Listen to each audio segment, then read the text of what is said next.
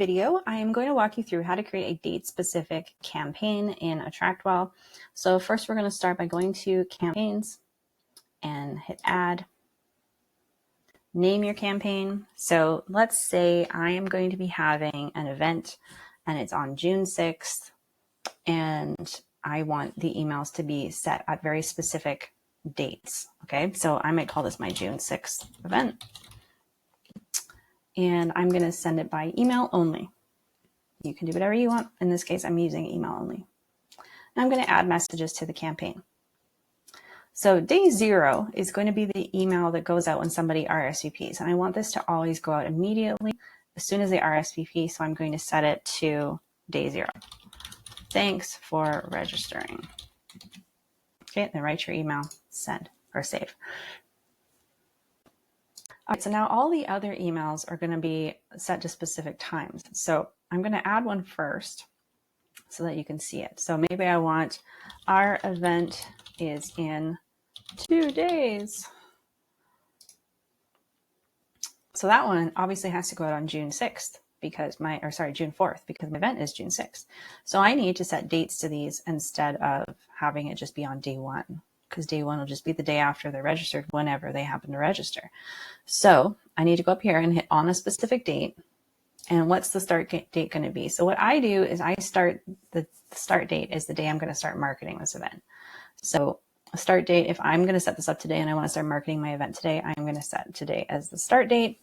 You can see that the day 0 email is set to send ASAP, which means that as soon as they RSVP, no matter when that is, this will send right away.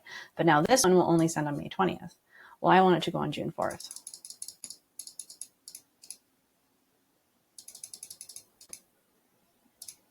There. So now day 16 equals June 4th. Okay, so now everyone's going to get this one right away and they will get this one on June 4th. So now I can add another one. And our event is tomorrow. Well, no, that one is June 5th. Wait, what happened to my specific date? It did not save that. Okay, June 6th, June 5th there. Okay, I don't know why I did that. This one is June 5th now, and so I can have our event is today.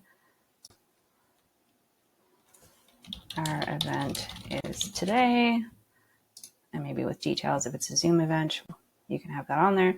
You can have our event is in 5 minutes. You can set specific times. Just remember that these times default to Central Time, so you do need to do some time zone math there if you are in a different time zone. And you can add as many as you want on the same day and have them set to different times. And then you can continue to add emails for after. So, you can add another one that wasn't that event awesome. In case you missed it, here's the replay. You can start to have ones that trickle in after. And the important thing to remember is that you look at the dates and when you want them to send. Now, some tips on having this run smoothly. Set up all your emails, write all your emails, and set the dates before you add anyone to the campaign. Set your start date to be the day that you're going to start marketing it, and don't change that start date again. Why? Because as soon as you change the start date on the campaign, where people are on the sequence in which emails will send and when is going to get all wonky. If that happens, if you need to change the start date, you can hit this little adjust recipients and it resets everybody so that they're at the correct date.